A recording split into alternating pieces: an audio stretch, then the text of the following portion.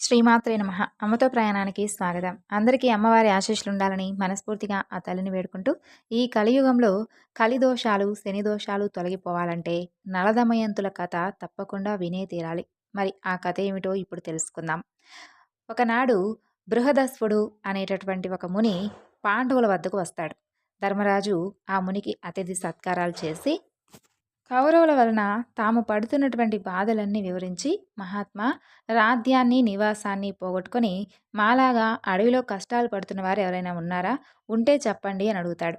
అందుకు బృహదస్వుడు, ధర్మరాజా, నువ్వు కష్టాలు పడుతూ అడవుల్లో ఉన్నా నీ వెంట నీ అన్నదమ్ములు, నీ భార్య, నీ హితం కోరేటటువంటి విప్రులు నీ వెంట ఉన్నారు. అయితే పూర్వం నలుడనేటటువంటి మహారాజు నీవలే జూదంలో సర్వం కోల్పోయి పుష్కరునికి రాజ్యాన్ని అప్పగించి భార్యా సమేతుడై ఒంటరిగా అరణ్యాలకు వెళ్ళాడు. అది విన్నటువంటి ధర్మరాజు, మహాత్మా, నాకు ఈ నలుని కథ గురించి వివరించండి అని అడుగుతాడు. అప్పుడు బృహదసుడు ధర్మరాజుకు ఇలా వివరించసాగాడు. నిశిత దేశాన్ని వీరసేనుడి కుమారుడైనటువంటి నలుడు పరిపాలిస్తూ ఉండేవాడు. తన పరాక్రమంతో ఎన్నో దేశాలను జయించి ప్రజారంజకంగా పరిపాలిస్తూ ఉండేవాడు.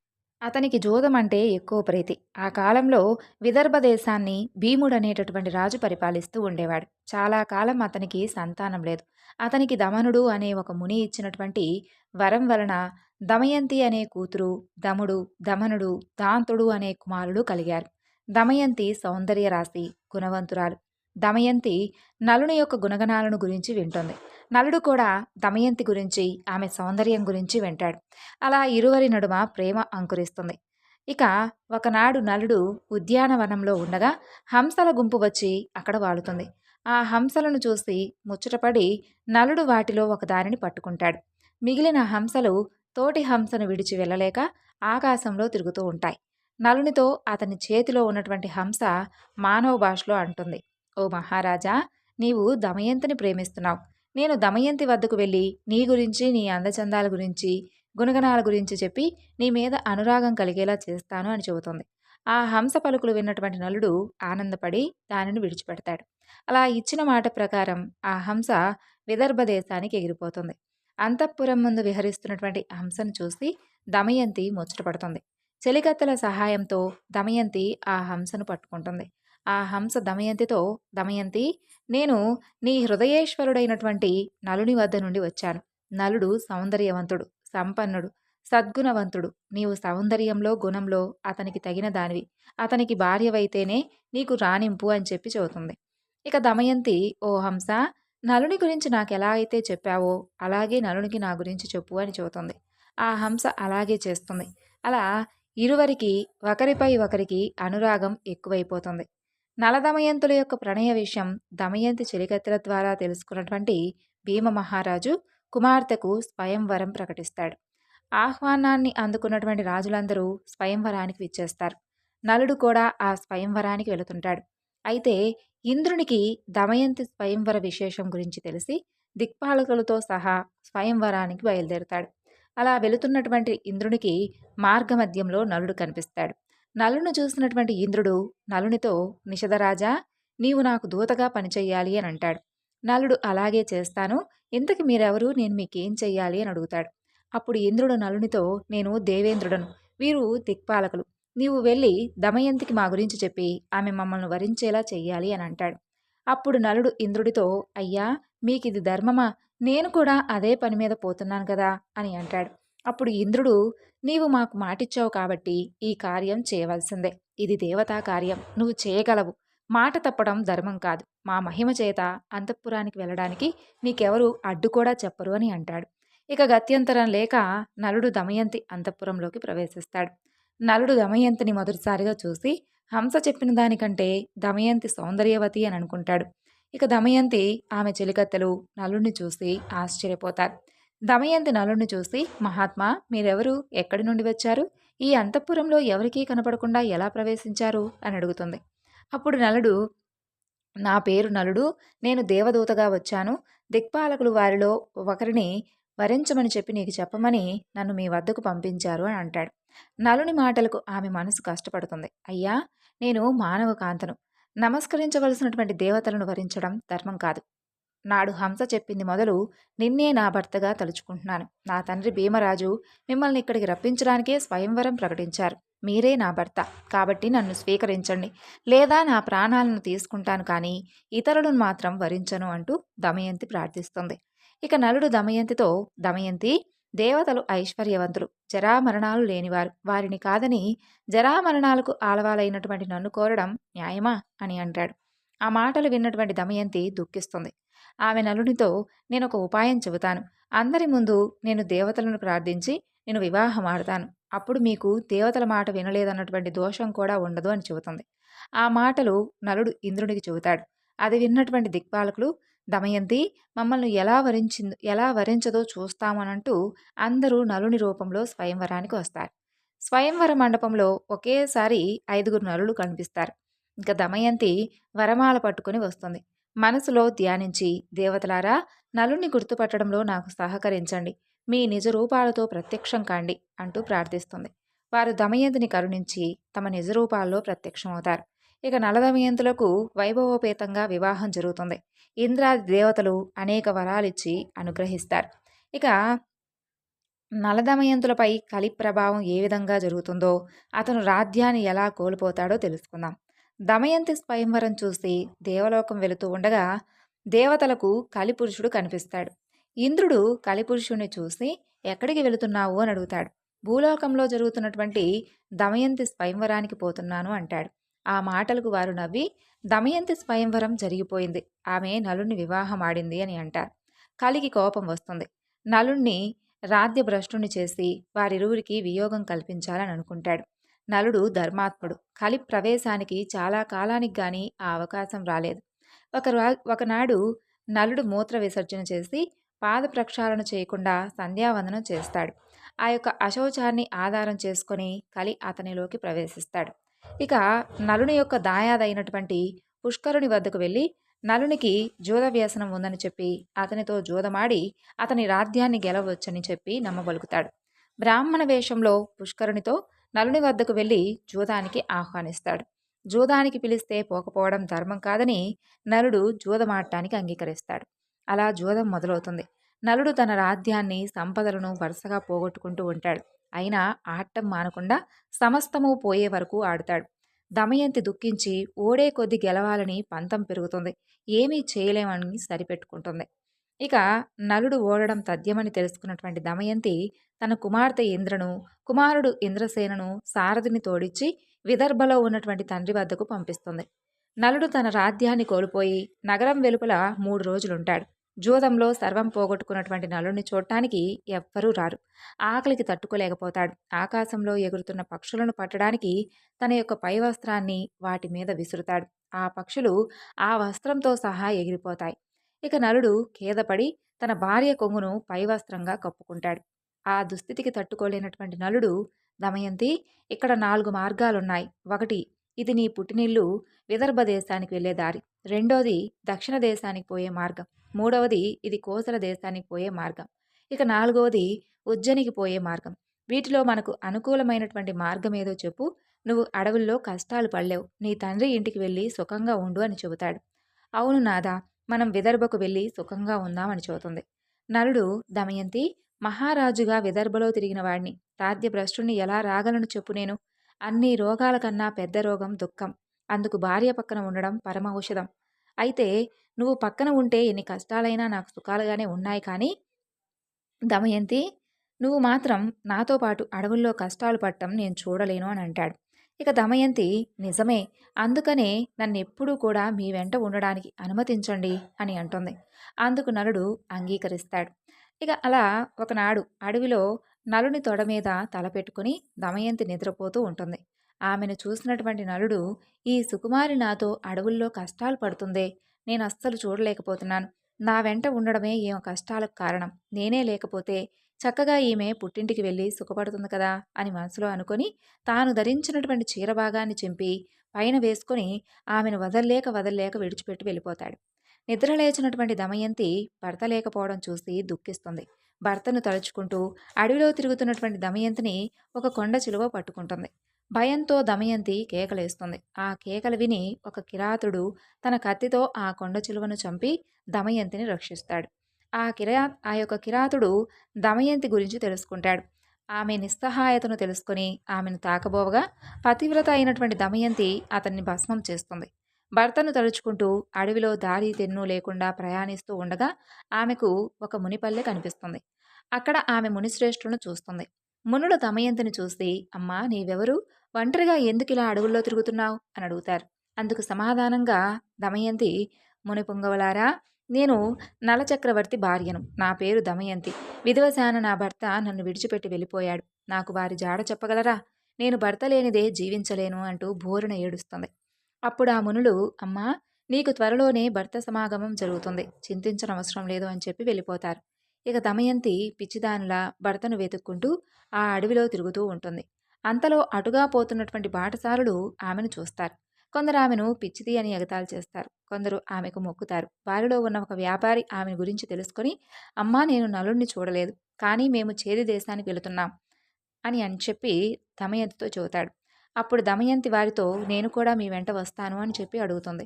ఆ వ్యాపారి ఆమెను తమ వెంట తీసుకువెళతాడు. వారు అడవి మార్గంలో రాత్రివేళ నిద్రిస్తున్నటువంటి సమయంలో ఒక ఏనుగుల గుంపు వారిలో చాలా మందిని తొక్కేస్తుంది. వారిలో చాలా మంది మరణించడం చూసి దమయంతి తన దురదృష్టానికి దుఃఖిస్తుంది. తనను చంపలేదే అని చెప్పి రోధిస్తున్నటువంటి ఆమెను కొందరు బ్రాహ్మణులు ఓదార్చి ఆమెను తమ వెంట సుబాహు అనే నగరానికి తీసుకుని వెళతారు. చేది దేశ రాజధాని సుబాహుపురం చేరుకుంటుంది. ఒళ్లంతా దుమ్ముతో వీధిలో వెళుతున్నటువంటి దమయంతిని రాజమాత చూసి దాసీలను పంపించి దమయంతిని అంతఃపురానికి పిలిపిస్తుంది. రాజమాత దమయంతితో, అమ్మా నిన్ను చూస్తూ ఉంటే రాజకళ ఉట్టిపడుతుందే, తమరెవరు అని అడుగుతుంది. అప్పుడు ఆ దమయంతి, అమ్మా నా భర్త జూదంలో రాజ్యాన్ని పోగొట్టుకున్నాడు, నన్ను అడవిలో ఒంటరిగా విడిచిపెట్టి వెళ్ళిపోయాడు, అతన్ని వెతుకుతూ తిరుగుతూ ఉన్నాను అని చెబుతుంది. అప్పుడు రాజమాత, అమ్మా ఇక నుండి నువ్వు నా దగ్గర సైరంధ్రిగా ఉండు, నీకు ఏ లోటు రాకుండా నేను చూసుకుంటాను, నీ భర్తను వెతికిస్తాను, సరేనా అని చెబుతుంది. అప్పుడు దమయంతి అందుకు అంగీకరించి, అలాగే ఉంటాను, కానీ నేను సైరంధ్రిగా ఎవరి ఎంగిలి తినను, పరులకు కాళ్ళు పట్టను, పరపురుషులతో మాట్లాడను, కేవలం నా భర్తను వెతుకుతూ వెళ్లే బ్రాహ్మణులతో మాత్రమే మాట్లాడతాను అని చెబుతుంది. అందుకు రాజమాత అంగీకరించి తన కుమార్తె సునంద వద్దకు పంపిస్తుంది. దమయంతి అక్కడే ఉండిపోతుంది. ఇక దమయంతిని వదిలి వెళ్ళినటువంటి నలుడు అడవిలో ప్రయాణిస్తూ ఉండగా అడవి అంతటా దావానలం వ్యాపిస్తుంది. ఆ మంటల మధ్య నుండి రక్షించండి రక్షించండి అంటూ ఆర్తనాదం వినిపిస్తుంది. ఆ ఆర్తనాదం విని నలుడు అగ్నికీలల నడుమ ఉన్నటువంటి నాగకుమారుని రక్షిస్తాడు. ఆ పాము నలుడిని కాటు వేస్తుంది. పాము కాటుకు నలుడు వికృత రూపుడవుతాడు. అప్పుడు ఆ పాము తన నిజరూపంతో ప్రత్యక్షమై నలుడితో, నలమహారాజా నా పేరు కర్కోటకుడు, నేను నిన్ను కాటు వేశానని భయపడనవసరం లేదు, ఇక నిన్ను ఎవ్వరూ గుర్తించరు, పాము కాటు నిన్నేమీ చేయదు, నీ రాజ్యం నీకు ప్రాప్తిస్తుంది, నీ భార్య నీకు దక్కుతుంది, నీకెప్పుడు నిజరూపం కావాలన్నా నన్ను తలుచుకుంటే నీ వద్దకు ఒక వస్త్రం ఎగురుతూ వస్తుంది, దాన్ని కప్పుకుంటే నీ పూర్వాకృతి నీకు వస్తుంది. నీకు మరొక విషయం చెబుతాను, ఇక్కడికి దగ్గరలో ఇక్ష్వాకు వంశస్థుడైనటువంటి ఋతుపర్ణని రాజ్యం ఉంది, నువ్వు అక్కడకు వెళ్ళి బాహుకుడు అనే పేరుతో అతని వద్ద రథసారథిగా చేరు. నువ్వు అతనికి అశ్వహృదయం అనే విద్యను ఇచ్చి అతని నుండి అక్షహృదయం అనే విద్యను గ్రహించు అని చెప్పి కర్కోటకుడు వెళ్ళిపోతాడు. ఇక నలుడు ఋతుపర్ణుని వద్ద సారథిగా చేరతాడు. అలాగే ఆ వంటశాలలో చేరి రుచికరమైనటువంటి వంటలు వండి పెడుతూ ఉండేవాడు. నలునికి జీవలుడు సహాయకుడుగా ఉండేవాడు. ఎక్కడ ఉన్నా నలుడు ఎప్పుడూ దమయంతిని తలుచుకుంటూ దుఃఖిస్తూ ఉండేవాడు. ఒకనాడు నలుడు దమయంతిని తలుచుకుని దుఃఖిస్తూ ఉంటే జీవలుడు విని, ఈ వికృత రూపి ప్రియురాలు ఇంకెంత వికృత రూపంతో ఉంటుందో అని అనుకుంటూ నలుని దగ్గరకు వచ్చి, విషయం ఏమిటి అని అడుగుతాడు. అందుకు నలుడు జీవలునితో ఇలా అంటాడు, అయ్యా నాకొక ప్రేయసి కూడానా? నాకు తెలిసినటువంటి ఒక సైనికుడు తన ప్రేయసిని గురించి దుఃఖిస్తూ ఉండగా అది నేను చూశాను, అతన్ని తలుచుకుంటూ ఏడుస్తున్నాను అంతే అని అంటాడు. ఇక విదర్భ దేశంలో ఉన్నటువంటి భీమునికి నలుని విషయాలు తెలుస్తాయి. తన కూతురు అల్లుడు ఏమయ్యారో అని పరితపిస్తూ ఉంటాడు. వారిని వెతకడానికి నలువైపులా బ్రాహ్మణుడు పంపిస్తాడు. ఎన్నో బహుమానాలను ప్రకటిస్తాడు. చేది దేశం చేరినటువంటి బ్రాహ్మణుడు దమయంతి నుదుటన ఉన్నటువంటి పుట్టుమచ్చను చూసి ఆమెను గుర్తిస్తాడు.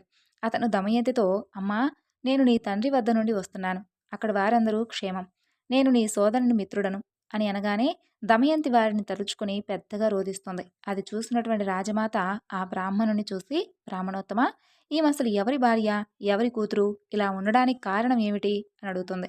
అందుకతను, అమ్మా, ఈమె ఎవరో కాదు, విదర్భరాజు కుమార్తె, నలచక్రవర్తి భార్య. ఈమె పేరు దమయంతి. అతను విధివశాత్తు రాజ్యాన్ని పోగొట్టుకుని అడవుల పాలయ్యాడు. భీముని ఆజ్ఞపై ఈమెను వెతుకుతూ ఇక్కడికి వచ్చి ఈమెను గుర్తించాను అని చెబుతాడు. అది విని దమయంతిని కౌగిలించుకున్నటువంటి రాజమాత, దమయంతి, నీవు నాకు పుత్రికా సమానురాలివి. నేను నీ తల్లి దశార్ణరాజు కుమార్తెలం. నీ తల్లి విదర్భరాజును వివాహమాడింది, నేను వీరబాహును వివాహమాడాను అని చెబుతుంది.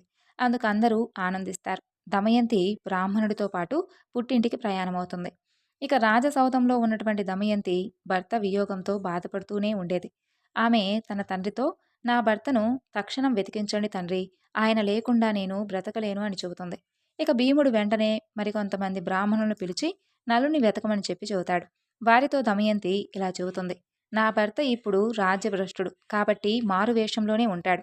మీరు వెళ్ళినా మీరు వెళ్ళినటువంటి రాజ్యసభల్లో ఈ విధంగా ప్రకటించండి. నీవు సత్యసంతుడవు కానీ నీ సతిని వచించావు, ఆమె సగం వస్త్రం ధరించి వెళ్ళిపోయావు, అలా చేయడం ధర్మమా, నాపై కరుణ చూపు అని చెప్పండి. ఈ మాటకు ఎవరైనా రోషపడి బదులిస్తే నా వద్దకు అతన్ని తీసుకుని రండి అని చెబుతుంది. అలా నలుణ్ణి వెతకడానికి వెళ్ళిన వారందరూ నలుని జాడ తెలుపకపోయినా వారిలో పర్ణాదుడు అనేటటువంటి ఒక విప్రుడు దమయంతితో ఇలా చెబుతాడు. అమ్మా, నేను ఋతుపర్ణుని రాజ్యంలో నువ్వు చెప్పినట్లే చెప్పాను. అక్కడ ఒక కురూపి వంటవాడు ఉన్నాడు. సారథి అయినటువంటి బాహుకుడు అనేవాడు నన్ను రహస్యంగా కలుసుకొని, అయ్యా, భర్త కష్టాలలో ఉన్నా సహించి ఆదరించే భార్య ఇహలోకంలోనూ పరలోకంలోనూ సుఖపడుతుంది అని అన్నాడు అని ఈ విధంగా చెప్పాడమ్మా అంటూ అతను దమయంతితో చెబుతాడు. ఇక దమయంతి ఆలోచించగా అతను నలుడు కాకపోతే అలా ఎందుకు బదులిస్తాడు అని అనుకుంటుంది. తన అనుమానం దృఢపరుచుకోవడానికి తల్లి అనుమతితో సుదేహుడనేటటువంటి బ్రాహ్మణుని పిలిపిస్తుంది. సుదేవా, నీవు ఋతుపర్ణుని రాజుతో, రాజా, భీముడు తన అల్లుని కోసమై వెతికించినా ఫలితం లేకుండా పోయింది కాబట్టి ద్వితీయ స్వయంవరం ప్రకటించాడు. భూమండలంలోని రాజులందరూ కూడా ఆ యొక్క స్వయంవరానికి వస్తున్నారు. మరునాడే స్వయంవరం కాబట్టి వెంటనే బయలుదేరు అని చెప్పు అని చెప్పి పంపిస్తుంది దమయంతి. ఇక సుదేవుడు ఋతుపర్ణుడితో దమయంతి చెప్పమన్నట్లుగా చెబుతాడు. ఇక దమయంతి బ్రాహ్మణుడి ద్వారా పంపించినటువంటి సందేశం విని ఋతుపర్ణుడు స్వయంవరానికి వెళ్ళాలి అని అనుకుంటాడు. ఒక రోజులో విదర్భను చేరడం ఎలా అని అనుకుని సారథి అయినటువంటి బాహుకుని పిలిచి, బాహుక, దమయంతికి ద్వితీయ స్వయంవరం ప్రకటించారు, నాకు చూడాలనుంది. ఒక్క రోజులో మనం విదర్భకు వెళ్ళాలి, నీ అశ్వసామర్థ్యం ప్రకటించు అని అంటాడు. సరేనని చెప్పిన బాహుకుడు తన యొక్క మనసు కలతకు గురైంది. ఎందుకంటే నేను అడవిలో నిర్దాక్షిణంగా వదిలి రాబట్టే కదా దమయంతికి రెండవ స్వయంవరం ప్రకటించారు. అవివేకులైనటువంటి పురుషులు తామేం చేసినా భార్య ప్రేమిస్తుందని అనుకుంటారు. కానీ అది నిజం కాదు. నా మీద కలిగినటువంటి కోపంతో దమయంతి ఇలా చేస్తుందని చెప్పి దుఃఖిస్తాడు. అయినా దమయంతి పతివ్రత, 2 పిల్లల తల్లి, ఈ విధంగా రెండో పెళ్లి చేసుకుంటుందా, ఏమో, ఆ వింత చూస్తాను అని మనసులో అనుకుంటాడు. వెంటనే రథానికి గుర్రాలను కట్టి విదర్భకు ఋతుపర్ణుని తీసుకొని ప్రయాణమవుతాడు. ఋతుపర్ణుడికి రథం పోయే వేగం చూస్తూ ఉంటే అది సూర్యుడి రథంలా, బాహుకుడు అనూరుడిలా అనిపిస్తుంది. పక్కనే ఉన్నటువంటి వార్షణోయుడికి అదే సందేహం కలుగుతుంది. భూలోకంలో నలునికి మాత్రమే ఇలాంటి నైపుణ్యం ఉంది, కానీ ఈ కురూపి అసలైనా నలుడెలా అవుతాళ్లే అని మనసులో అనుకుంటాడు. అంతలో ఋతుపర్ణుని ఉత్తరీయం జారి కింద పడుతుంది. బాహుక, రథం ఆపు, వార్షేయుడు దిగి ఉత్తరీయం తీసుకొని వస్తాడు అని చెబుతాడు. ఇక బాహుకుడు, మహారాజా, మనం ఆమడు దూరం వచ్చేశాం, అంత దూరం నడుచుకుంటూ ఎలా తీసుకురాగలడు అని అంటాడు. అతని రథసారథ్యానికి ఋతుపర్ణుడు ఆశ్చర్యచకితుడవుతాడు. తన పరిజ్ఞానాన్ని బాహుకుడికి చూపించాలన్నటువంటి ఆసక్తి కలుగుతుంది. అంతలో రథం ఒక పెద్ద వృక్షాన్ని దాటుతుంది. ఋతుపర్ణుడు బాహుకునితో, బాహుక, ఆ వృక్షాన్ని చూసావు కదా, ఆ వృక్షంలో ఎన్ని కాయలు, ఎన్ని పూలు, ఎన్ని ఆకులు ఉన్నాయో నేను చెప్పగలను అని అంటాడు. అప్పుడు బాహుకుడు, చెప్పండి మహారాజా అని అడుగుతాడు. అప్పుడు ఋతుపర్ణుడు చెబుతాడు. లెక్కించి చూస్తే కానీ నమ్మనని రథం ఆపి ఆ చెట్టును పడగొట్టించి లెక్కిస్తాడు. ఋతుపర్ణుడు చెప్పినటువంటి లెక్క ఖచ్చితంగా సరిపోతుంది. ఇక బాహుకుడు ఆశ్చర్యపడి ఆ విద్యను తనకు కూడా ఉపదేశించమని అడుగుతాడు.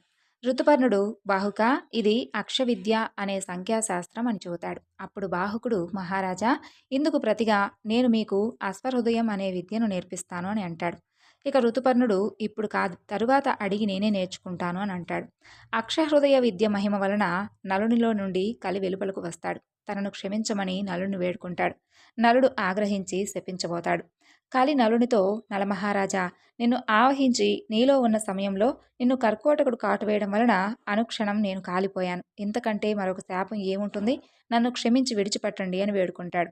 ఇక నలుని రథం విపరీతమైనటువంటి ఘోషతో విదర్భలోకి ప్రవేశిస్తుంది. ఆ ఘోష విని దమయంతి అది నలుని యొక్క రథమే అని చెప్పి గుర్తుపడుతుంది. కానీ రథంలో ఋతుపర్ణుని చూసి నిరాశపడుతుంది. భీముడు ఎంతో ఆనందంతో ఋతుపర్ణుణ్ణి ఆహ్వానించి విడిది చూపుతాడు. ఋతుపర్ణుడికి విదర్భలో స్వయంవరం జరుగుతున్నటువంటి సందడే కనిపించదు. బాహుకుడు రథాన్ని అశ్వశాలలో నిలిపి సేద తీరుతాడు. ఇక తిరిగి కలుసుకున్నటువంటి నలదమయంతులు ఏ విధంగా కలుసుకుంటారో తెలుసుకుందాం. దమయంతి తన దాసితో వచ్చింది. వచ్చి, ఋతుపర్ణ మహారాజా, మీరంటే మాకు తెలుసు. ఆ సారథి వార్షణేయుడు కూడా మాకు తెలుసు. కానీ మీతో పాటు ఉన్నటువంటి ఆ కురూపి ఎవరు? అతన్ని చూసి నా మనసెందుకు పరవశించిపోతుంది? అతని వివరాలు తెలుసుకొనిరా అంటూ తన దాసిని పంపిస్తుంది. దాసి నలుని వద్దకు వెళ్ళి, అయ్యా, రాకుమారి మీ యోగక్షేమాలు కనుక్కొని రమ్మంది అని చెబుతుంది. అప్పుడు నలుడు, మీ రాకుమారి స్వయంవరం ప్రకటించింది కదా, దానికి నేను మా మహారాజును ఒక్కరోజులో 100 ఆమడాల దూరం ప్రయాణించి తీసుకొని వచ్చాను అని చెప్పంటాడు. ఇక మీతో వచ్చినటువంటి మూడో వ్యక్తి ఎవరు అని దాసి అడుగుతుంది. నలుడు, అతను వార్ష్ణేయుడు. ఇంతకు ముందు నలుని సారథి అని చెబుతాడు. దాసి అతనికి నలుని జాడ తెలుసు కదా అని అడుగుతుంది. ఇక నలుడు దాసితో తన రాజ్యాన్ని పోగొట్టుకునే ముందు నలుడు తన పిల్లలనిచ్చి ఋషయుని విదరకు పంపిస్తాడు. ఆ తరువాత వార్ష్ణేయుడు ఋతుపర్ణుని వద్ద సారథిగా చేరాడు. నలుని గురించి నలునికే తెలియాలి, లేదా అతని భార్యకే తెలియాలి, వేరొకరికి తెలిసే అవకాశం లేదు కదా అని చెబుతాడు బాహుకుడు. అప్పుడు దాసి, అయ్యా, నలుడు తనను ప్రాణప్రదంగా చూసుకునే భార్యను నిర్దాక్షిణ్యంగా అడవిలో విడిచిపెట్టి వెళ్ళిపోయాడు. దమయంతి నలుడు విడిచి వెళ్ళినా కూడా సగం చీర ధరించి కాలం గడుపుతూ ఉంది. ఆమెనిలా విడిచిపెట్టి వెళ్ళడం ధర్మమేనా అని అడుగుతుంది. అప్పుడు నలుని కంట నీరు పెళ్ళుబుగుతుంది. అది దాసికి తెలియకుండా మొహం తిప్పుకుంటాడు. దమయంతికి దాసి జరిగిందంతా వివరిస్తుంది. ఇక దమయంతి దాసితో, సందేహమే లేదు, అతనే నలుడు. అయినా ఈ వికృత రూపం ఏమిటి? అతను వంటవాడని చెప్పారు కదా, వంట ఎలా చేస్తాడో పరీక్షించాలని చెప్పి మరలా దాసిని పంపిస్తుంది. ఇక దాసి వెళ్ళి నలుని నిశితంగా పరిశీలించి, అమ్మా, అతను సామాన్యుడు కాదు, అతను ఏ పనైనా సునాయాసనంగా చేస్తున్నాడు.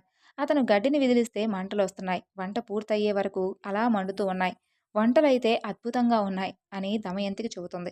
ఇక దమయంతి నలుడు వండినటువంటి వంటలు తెప్పించి రుచి చూసి, సందేహమే లేదు, ఇవి నలుని వంటలే అని చెప్పి తెలుసుకొని దాసితో తన పిల్లలను నలుని వద్దకు పంపిస్తుంది. నలుడు వారిని చూసి చలించి ఎత్తుకుని ముద్దాడుతాడు.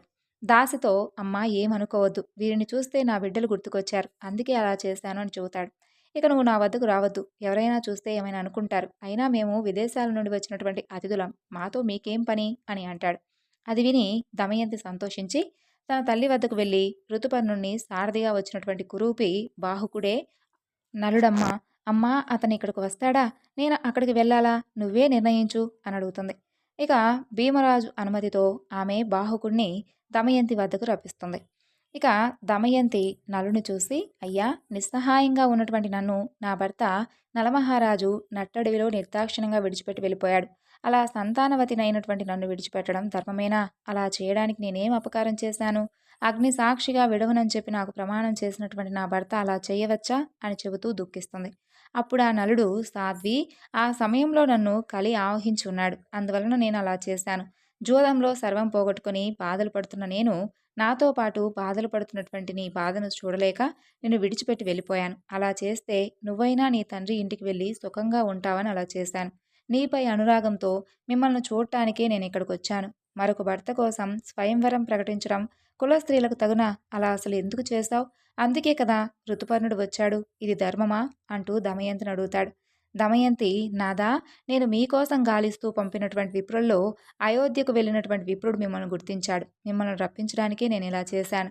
మీరు కాక ఇంకెవరు 100 యోజనాల దూరం ఒక్క రోజులో ప్రయాణిస్తాడు చెప్పండి? నాలో ఎటువంటి పాపపు తలపు లేదు అంటూ మీ పాదాలు అంటి నమస్కరించి ప్రమాణం మరీ చేస్తున్నాను అని దమయంతి నలుని పాదాలకు నమస్కరిస్తుంది. వెంటనే ఆకాశం నుండి వాయుదేవుడు, నలచక్రవర్తి, ఈమె పవిత్రురాలు, పతివ్రత, నేను, సూర్యుడు, చంద్రుడు ఈమె సౌశల్యాన్ని కాపాడుతూ ఉన్నాం అని చెబుతాడు. ఇక నలుడు కర్కోటకుణ్ణి స్మరిస్తాడు. వెంటనే ఒక వస్త్రం వస్తుంది. అది ధరించగానే నలుడికి ఇంద్ర తేజస్సుతో సమానమైనటువంటి మనోహరమైనటువంటి పూర్వరూపం వస్తుంది. తర్వాత దమయంతిని పరిగ్రహిస్తాడు. తరువాత నలదమయంతులు రాజ్యాన్ని ఎలా పొందారో తెలుసుకుందాం. ఇక నలుడు ఆ విదర్భలోనే ఒక మాసం ఉండి తన రాజధానికి వెళ్ళి పుష్కరుణ్ణి కలుస్తాడు. నలుడు పుష్కరునితో, పుష్కర, జూదమాడటం నీకు ప్రియం కదా? నేను నా భార్య దమయంతిని పణంగా పెట్టబోతున్నాను. నువ్వు నీ సర్వస్వం పెట్టి నాతో ఆడతావా, లేదా నాతో యుద్ధం చేస్తావా? ఎవరు గెలిస్తే వారిదే రాజ్యం. నీకేదిష్టమో నిర్ణయించుకో అని చెబుతాడు. ఇక పుష్కరుడు జూదప్రియుడు, పైగా ఒకసారి జూదమాడి గెలిచాడు. కాబట్టి అతను నలుడితో నేను జూదమే ఆడతాను అని అంటాడు. నలుడు పుష్కరునితో జూదమాడి రాజ్యాన్ని గెలుచుకుంటాడు. పుష్కరునితో, పుష్కర, నేను ఇదివరకు నీతో జూదమాడినప్పుడు నన్ను కలి ఆవహించున్నాడు. కాబట్టే నేను ఓడిపోయాను. నీ బలం వలన కాదు. నీవు నా పినతండ్రి కుమారుడివి కాబట్టి నిన్నేమీ చేయను, వెళ్ళిపో అని చెప్పి పంపిస్తాడు. ఈ నలుడి కథ శ్రద్ధతో విన్నవారు, వినిపించినవారు, సమావేశాలలో చదివి వినిపించేవారు కలి వలన సంభవించేటటువంటి దోషాల నుండి విముక్తి చెందగలరు. సర్వ పుణ్యకార్యాలు చేసినప్పుడు లభించేటటువంటి పుణ్య ఫలితాలు నలోపాఖ్యానం విన్నవారికి, వినిపించిన వారికి కూడా లభిస్తాయి. అటువంటి వారికి బహుపుత్ర లాభం, పౌత్రవృద్ధి, ఆయురారోగ్య ధన సంపత్తులు కలుగుతాయి.